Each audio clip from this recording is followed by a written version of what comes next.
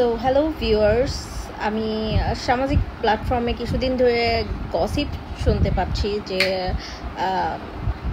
প্রবাসী বউয়েরা আর নাকি দেশি বউয়ের নাকি পিটাপিটি লাগছে।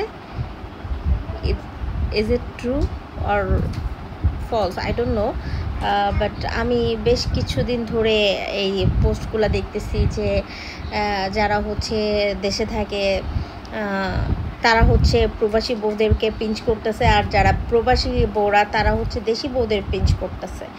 ভাই, আমি দুইজনদের জন্য কিছু একটা বলি, ঠিক আছে? যে জামাই নিয়ে না বেশি ইয়া করতে নেই।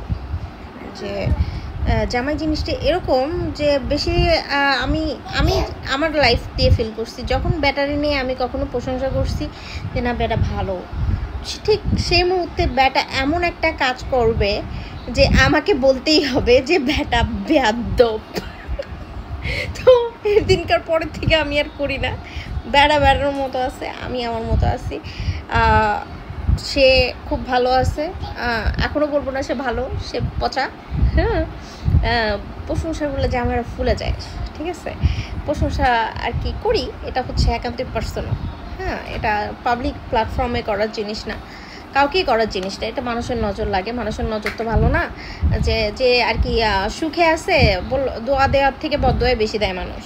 হ্যাঁ, তো যতটুকু নিজের মধ্যে থাকা যায় বা রাখা যায় ওটাই সব থেকে বেটার।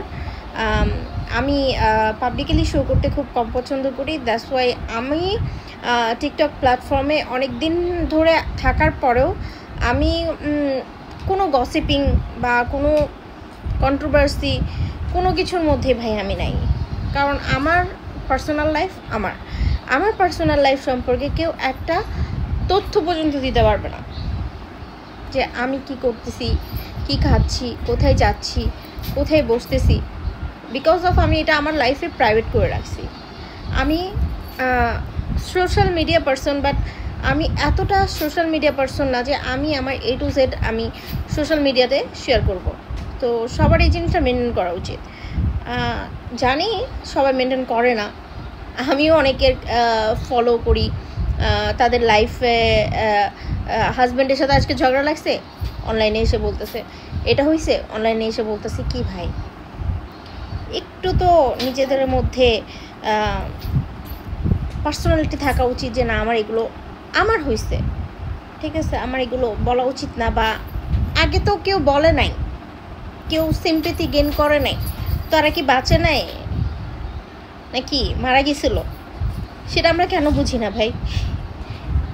যাই হোক, জামাই নিজের কাছে ভালো থাকলে ওটাই ভালো। সোশ্যাল মিডিয়াতে মারামারি করার জায়গা না ভাই। প্রবাসী বউরাও দুধে ধোয়া তুলসী পাতা কোথা থেকে, আর দেশি বউরাও কি দুধে ধোয়া তুলসী পাতা। এত যে চিমটা চিমটি করতেছো জামাই নিয়া, জামাই যদি ছাড়া আর এক বেটির কাছে জায়গা, তখন তোমার মুখ কই থাকবো? হ্যাঁ, এই জামাই নিয়ে না, এই জিনিসটা নিয়ে কেউ কখনো বড়াই করবা না। হ্যাঁ, এই জিনিসটা খুবই ঠুনকো একটা জিনিস। যেমন হচ্ছে হাতের মুঠে একটা বালু ধরে রাখলে যেরকম হচ্ছে ফুসকায় বের হয়ে যাবে, ঠিক পুরুষ মানুষও ওরকম মনে থাকবে যে হাতের মুঠায় আছে, কিন্তু মুঠায় থাকবে না।